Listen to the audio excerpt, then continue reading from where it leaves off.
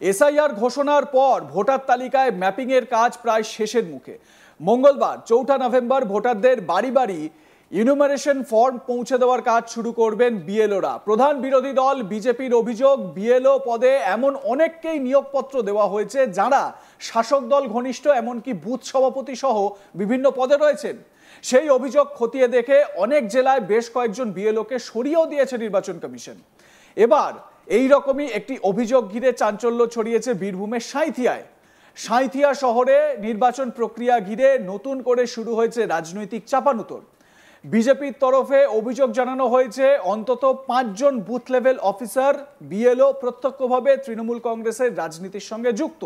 এই বিষয়টি নিয়ে নির্বাচন কমিশনের কাছে আনুষ্ঠানিকভাবে অভিযোগ জানিয়েছে গেরুয়া শিবির।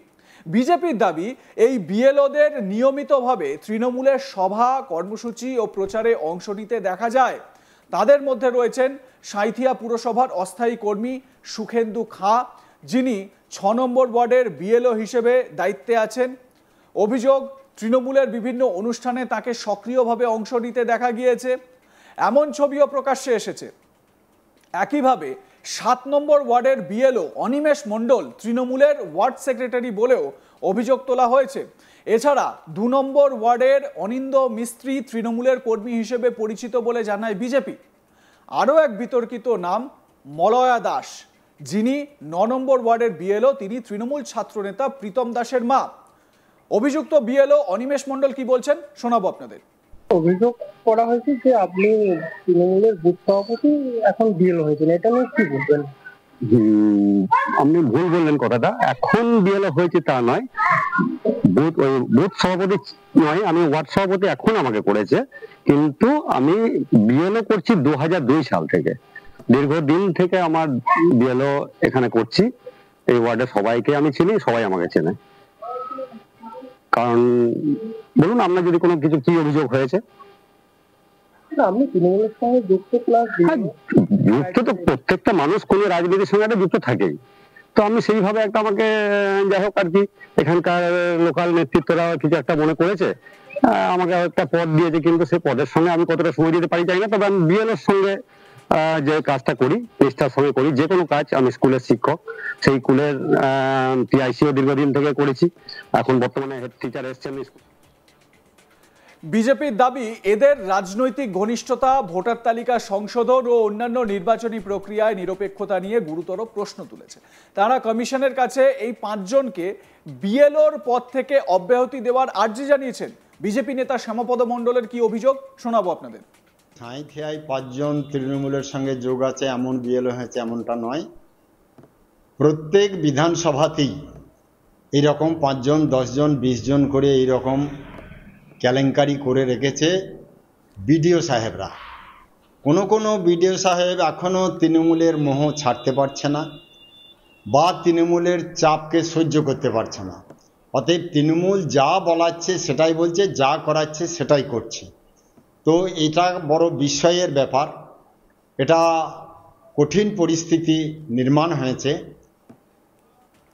অন্যদিকে তৃণমূলের পক্ষ থেকে অভিযোগ উড়িয়ে দিয়ে বলা হয়েছে, বিজেপি হেরে যাওয়ার ভয় পেয়ে অযথা প্রশাসনিক কাজে রাজনীতি ঢোকাতে চাইছে।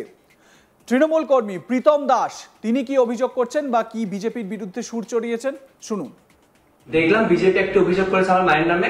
মা 1996 সালে প্রাথমিক শিক্ষক হিসাবে নিয়োগ হয়েছিলেন, আর আমি তৃণমূল কংগ্রেস দলটি করছি ক্লাস 9 থেকে। মা মায়ের কাজ সবসময় করে থাকে, আমি আমার কাজ সবসময় করে থাকি। এমনটা নয় মায়ের কোনো কাজে আমি হস্তক্ষেপ করি বা কোনো কিছু প্রভাবিত করার চেষ্টা করি। মা সবসময় নিষ্ঠার সাথে সমস্ত কাজ করে এসছে, বিএলও কাজ, এবং এইবারেও বিএলও কাজ নিষ্ঠার সাথে পালন করবে। আর বিজেপির কাজ হচ্ছে লোকের পেছনে লাগা এবং কে কি করছে সেসব দেখে বেড়ানো, কারণ তাদের কোনো অস্তিত্ব নেই বাংলার বুকে।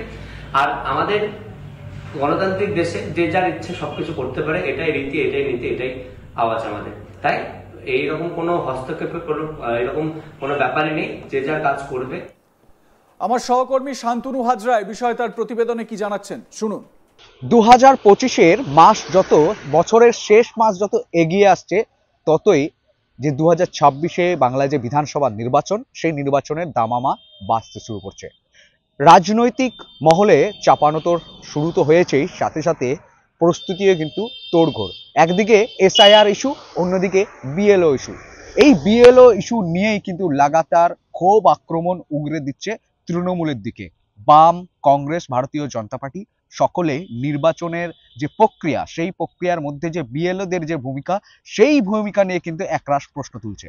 বীরভূম জেলার সাঁইথিয়া বিধানসভার অন্তর্গত সাঁইথিয়া পুরসভায় যে 7টি পুরসভা রয়েছে, সেই 7টি পুরসভার মধ্যে থেকে দেখা যাচ্ছে যে 6, 7 এবং 5 এবং আরো যে 2টি ওয়ার্ড রয়েছে, সেইখানকার যে বিএলও অর্থাৎ যে বুথ লেভেল অফিসাররা হচ্ছেন, তারা কিন্তু রীতিমতো তৃণমূলের সাথে জনসংযোগ রয়েছে।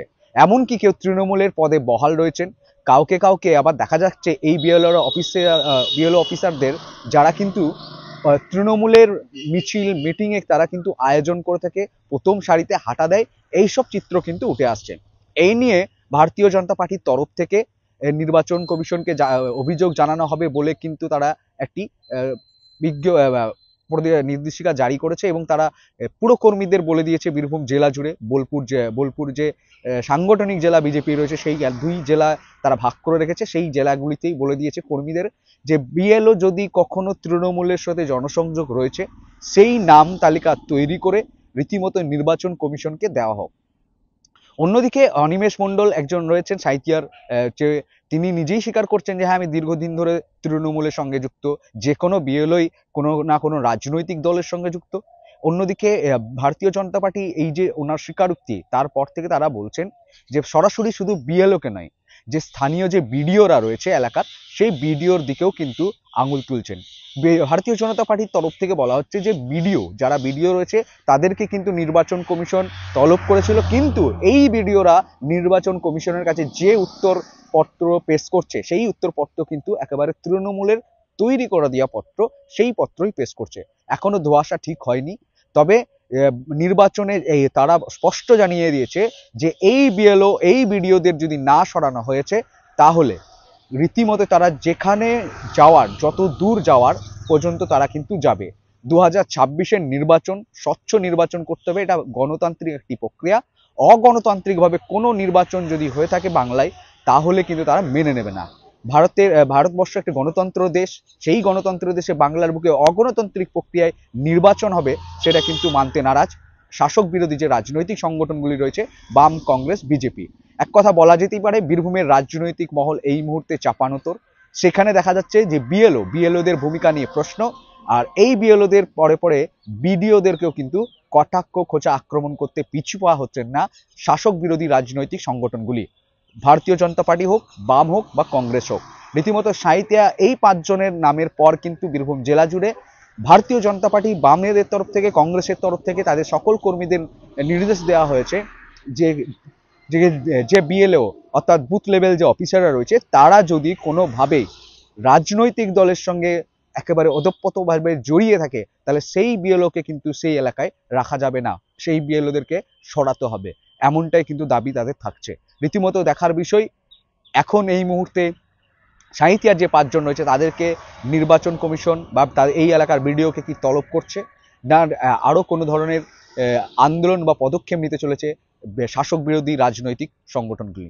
রাজনৈতিক চাপানোতর মাঝে এসআইয়ের ইস্যুর সাথে সাথে বিএলওদের ভূমিকা নিয়েও প্রশ্ন কিন্তু উঠছে। লাইক, কমেন্ট, শেয়ার করতে ভুলবেন না। দেখতে থাকুন আজ তাক বাংলা। সাবস্ক্রাইব করুন আমাদের ইউটিউব চ্যানেলটি, বেল আইকন প্রেস করুন নোটিফিকেশন পেতে।